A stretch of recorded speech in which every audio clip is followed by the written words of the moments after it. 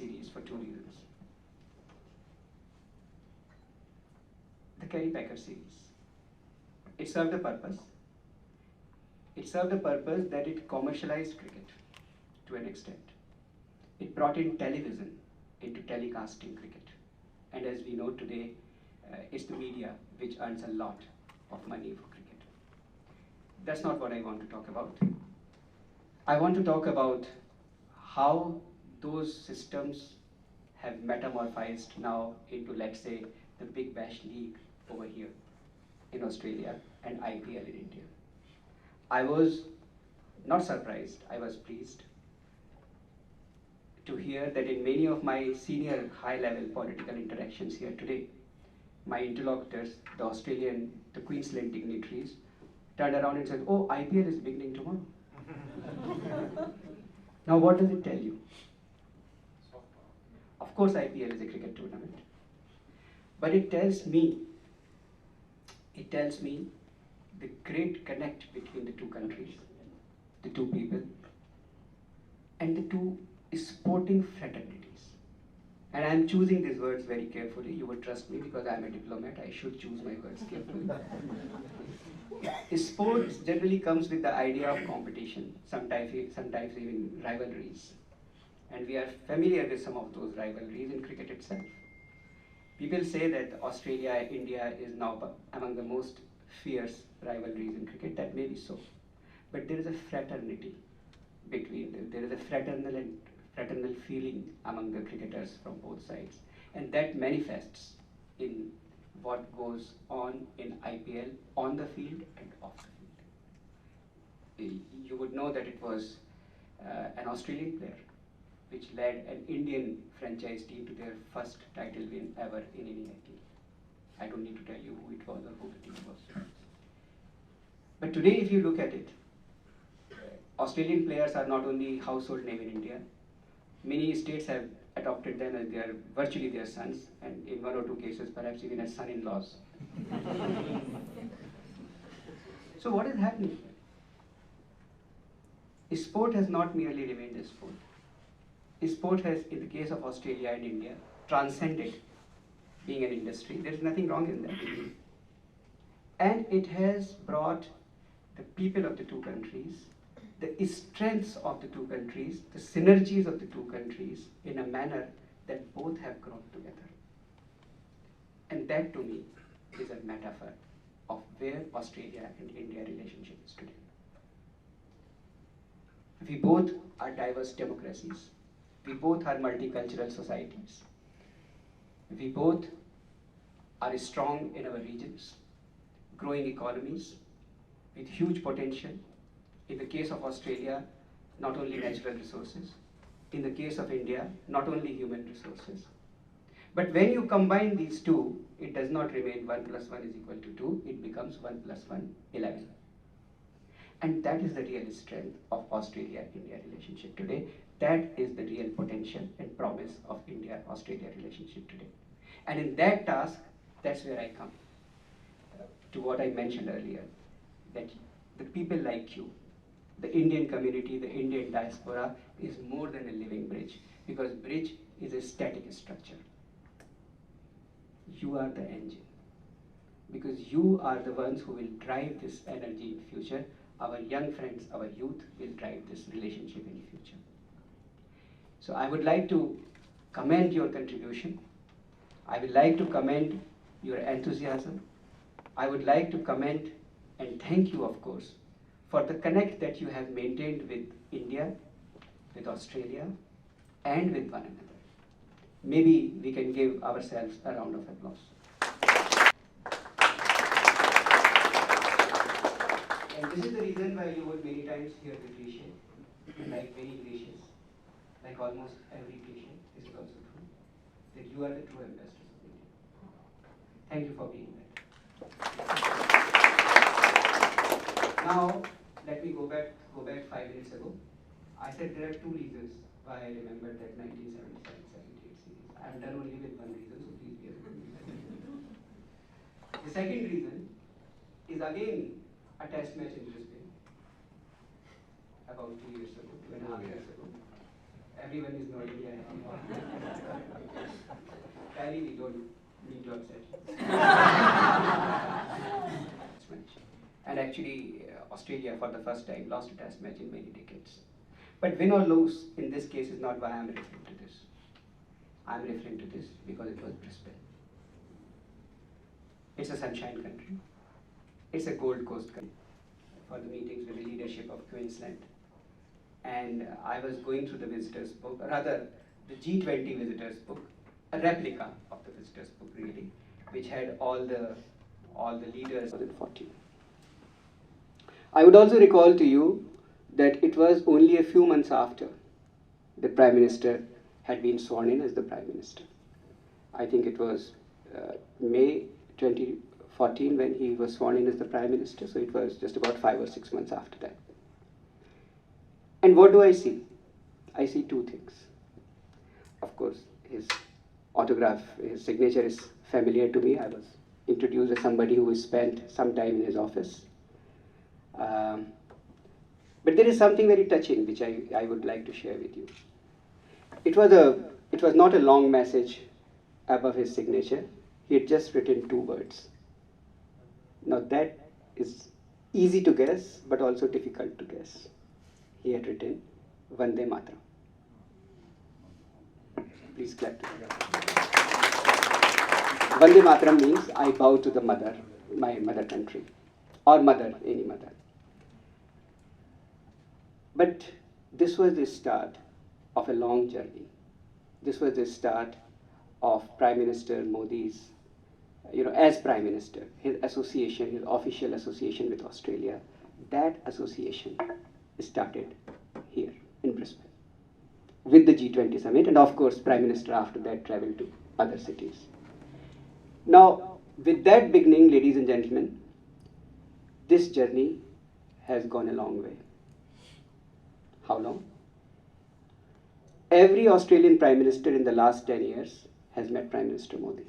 Now it's not my fault that in India it's just the same Prime Minister every time. And our current Prime Ministers have met how many times? Multiple, yes. But how many? Guess? 5, 6, 10. At one. 7 times. And this is since May 2022 only. Our current foreign ministers, Dr. Jaishankar and Ms. Penny Wong, they have met 12 times. And when I mentioned this to a senior dignitary today, he turned around and told me, I want to meet you 13 times. I didn't tell him 13 is an unlucky number. What I'm trying to tell you with these examples and in a lighter way is that this relationship today is at a stage where many people did not see it going or reaching even 5 or 6 years ago. We are a comprehensive strategic partnership. But what that comprehensive strategic partnership means for the common people is that the two governments are working together so that the benefits of our strength can reach the most common, the most ordinary people, as well as those who drive this energy through their entrepreneurship, through their investment, through their acumen in commerce, through science, technology, academia, art, literature, sports, any field of activity. Today, as many people say, Australia-India relationship is at a place is as good as it has ever been before, and in fact, even better. The potential is enormous. Our task is very simple.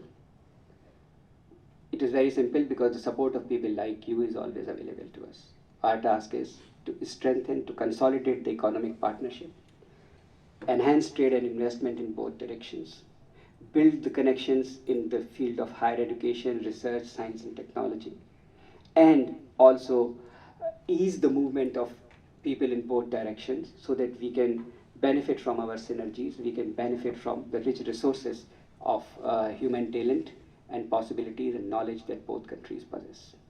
And in this task, I cannot tell you enough that it is the people who matter the most. And that's why I said people are the most important thing. They are, of course, the most important thing in a democracy. in front and center. Democracy has put people always at the front and center.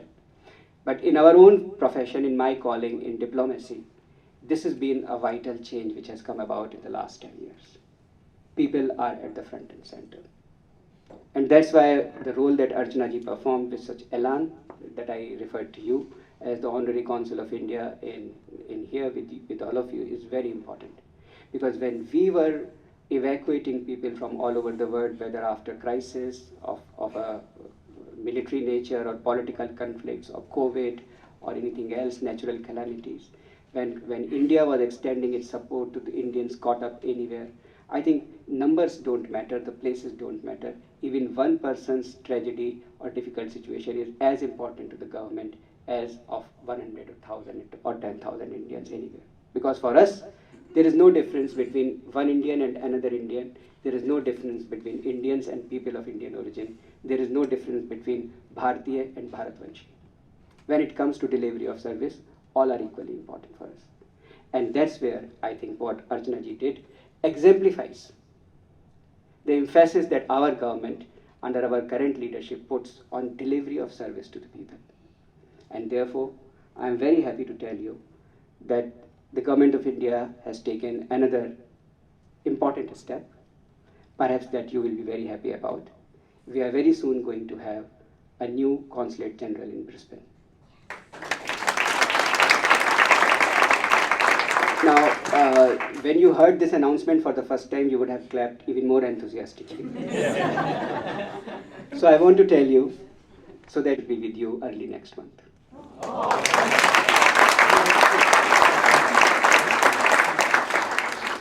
I can also share her name with you. She is a Foreign Service colleague, a young colleague, well, as I said earlier, somewhere else, young as compared to me, but very experienced.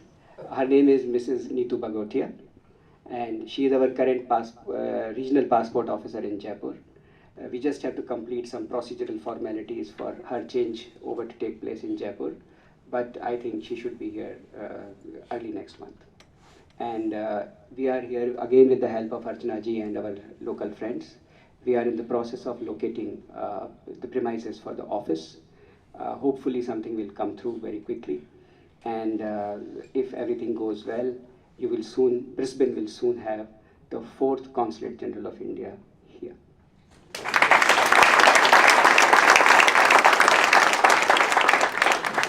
So watching the video, if you like it, please press the like button, share your views in the comment section, and please subscribe to India News TV for more such updates.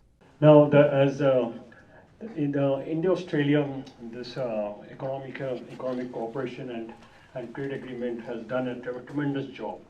The way the exports has gone up, especially from Australia to India, exports has gone up to nearly 34 billion last year. But from India to Australia has about 12 billion, something like that. And then the investment in Australia from India is about 34 billion, and in India, and from Australia to India about 17 billion. The gap is there, but I think it will be getting better and better. As you said, like India tourism is from India is coming to Australia, especially to Queensland, and we're having our Consulate General office over here. So we need some more flights to Queensland. That's very important. So because the way you can see, so that's what we have been trying. We've been talking to our Air India office, to the new managers here, and he has said he'll do something about it. And also we had an India tourism office also in Australia. Used to have in Sydney. Now it's moved to Singapore. I think the India tourism office will be a great to promote more about India. India is such a beautiful place to travel, and so many tourists. Because I'm in the travel division, everyone knows that. So I did. So I've been doing this since 1989 in Queensland. So I love to promote, because between India tourism in Australia promoting, like a lot of people goes there. So that all these things happening. So your support will be there, as FICQ is very committed to the well-being of the community. And during the COVID time, we worked with the Indian High Commission Office. Archana ji was there all the time, and Sunit Baglay was there. We had over the Zoom meeting used to have with His Excellency, then the High Commissioner, and we work shoulder to shoulder. So FICQ is always there, committed to the well-being of the community, and it's growing. And it's the only in Australia, in Queensland. This is the only one federation is there. You never find anywhere else because of that. We all believe in unity, and that's the only way to grow and grow. Unity is the only way. So all this, you are here now with all this new experience, new messages for us, and will we work together? And we look forward to better and stronger relation between India and Australia. And everyone has an important role to play, as you said. We are the living bridge between India and Australia. So we'll keep on doing it. Thank you, Your Excellency. Canberra, and thank you very much for meeting us. My name is Pankaj Agarwal. I represent two groups, community groups in Brisbane, Agarwal Parivar of Queensland. So very fortunate to have Sweetie ji and then ISKCON Brisbane. I work quite voluntary in ISKCON Brisbane as well. So I just want to share my one idea. A lot of time I see like there are some unfortunate moments from our Indian community when some accident happen and someone loses life, and I've seen many times that the community come up and they raises the funds and like that. But my idea, just sharing with you, I don't know how practical and how feasible. If the government can do, like High Commission of India can do something in this regard, and we can make a like some kind of a common fund which is always available, and people who want to contribute it, they can contribute when as and when required, when they want to do. But whenever something happens, that time like it doesn't happen that everyone is coming and then collecting the money. Then money is there, and then we support the family, and then someone who has lost life and they are really in need of the financial assistance. So this is just my idea I'm sharing. I haven't seen anything done in this space basically. So it is a good, as a community we can support. My idea is basically like we have already in place this fund, not like whenever something happens and then we rush. And because I'm meeting you and I represent ISKCON Brisbane, if you accept, I would like to present you a copy of the Bhagavad Gita as well, if you're okay with that. Swami Prabhupada's. Yes, yes. The Commissioner of India to Australia, Mr. Gopal.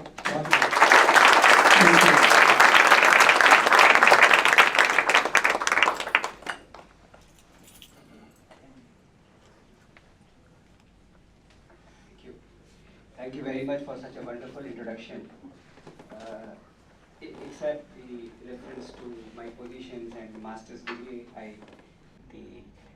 the Turrbal and the Jagera people, and of course pay my respect to the elders, their elders past, present and emerging, as I always say, as we pay respect to our elders in India. As the president of FICQ, young president,